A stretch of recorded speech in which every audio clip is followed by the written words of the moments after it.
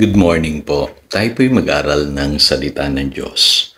1 Peter chapter 4 verse 8. Higit sa lahat, magmahalan kayo ng tapat, sapagkat ang pagmamahal ay pumapawi ng maraming kasalanan. Be good in loving people. Kung magbibigay po ko ng isang advice lamang po sa mga taong gustong mag-serve sa Lord, isa lang po ang maibibigay ko siguro, pinaka-importante na dapat matutunan na isang alagad ng Panginoon. Yung maging mahusay po tayo, maging expert tayo sa pagmamahal sa ating kapwa. Kadalasan po pagka gusto nating mag-serve sa Lord, ang unang-una nating iniisip, kailangan ay magkaroon ako nung tinatawag na wisdom or knowledge na nagmumula sa Bible. Tama po yun, kasi napakahalaga talaga na meron tayong alam sa salita ng Diyos. Hindi natin may papangaral yan kung wala po tayong alam. Yung iba naman, ang inaakala nila, kailangan ay meron silang spiritual gift. At dun sila maglilingkod sa pamamagitan ng kanilang spiritual gift. Kaya marami sa church ngayon busy po, hinahanap yung kanilang spiritual gift. Marami nasusumpungan nila sa iba't ibang ministries na meron po naman sa church. At dun po natutuwa tayo dahil nagiging kagamit-gamit po yung ating mga gifts and talents. At akala rin ng iba na dito sa buhay na ito, mahalaga yung tinatawag na ikaw ay mayroong kakayahang magkaroon ng malaking pananampalataya. Kaya yung iba sasabihin nila, ang sikreto sa ministry ay yung taglay-taglay mo lagi yung mataas na antas ng pananampalataya. Pero marami po ang darating sa pagkakataon minsan na kahit napakataas ng antas ng iyong pananampalataya, parang hindi ka nagiging productive sa buhay. So, ano ba ang gusto ng Lord na matutunan natin bilang mga Christians? Ang sikreto po ng ministry ay pag-ibig. Pansinin niyo po sa 1 Corinthians chapter 13, verse 8, sabi diyan, love never fails. At malinaw po diyan, sinasabi, but where there are prophecies, they will cease. Where there are tongues, they will be stilled. Where there is knowledge, it will pass away. So, kung babasahin niyo po yung 1 Corinthians chapter 13, tinalakay po lahat yan ni St. Paul na sa ministry pala hindi pahusayan, hindi paramihan ng spiritual gift, hindi padamihan ng alam, hindi taasan o palakasan ng pananampalataya ang usapan. Ang sikreto pala sa ministry ay pag-ibig. Bakit kaya, Pastor?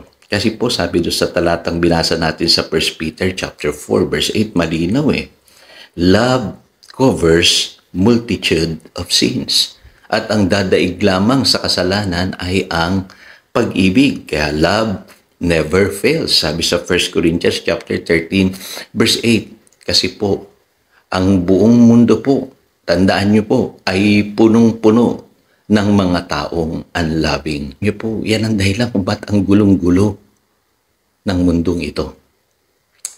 At huwag kayong magtaka, maging sa church, napakarami pong unloving people. Kaya nga ang tawag daw sa church, ospital. Alam niyo naman sa ospital, maraming may sakit. Ganun po ang kalagayan ng church. Kailangan lahat tayo gumaling. Sa pamamagitan ng Panginoong Hesukristo na siyang tanging magbibigay ng tunay na lunas sa ating buhay. Kaya sa mundong ito, alam niyo, huwag tayong judgmental. Mga Christians, lalo na po kayo, kinakausap po kayo. Marami sa atin mabilis humatol. Mabilis tayong magturo ng kamalian at higit sa lahat, humatol, sa ibang tao. Sa halip na mag-specialize tayo sa pagmamahal sa kanila. Now, sabi sa Ephesians chapter 3 verse 17, so that Christ may dwell in your hearts through faith, and I pray that you being rooted and established in love, And then sa verse 18, sabi diyan, may have the power to grasp how wide and long and high and deep is the love of Christ. Now sa verse 19, pakinggan niyo po ito. Sinasabi rito, to know this love that surpasses knowledge, that you may be filled to the measure of all the fullness of God. So, malinaw. Kailangan ang mga Kristiyano rooted and established in love. At kung matututunan daw po natin yung pag-ibig ng Panginoong Hesukristo, no po, mauunawaan natin how high, how deep, how wide, how long yung pong pag-ibig ng Panginoong Hesus. No? Ibig sabihin, hindi ma-measure yan eh. Ano po? Dun daw po tayo mapupuspos ng buong kapuspusan ng Diyos. Yun po ang salin sa Tagalog. So, pababawi natin.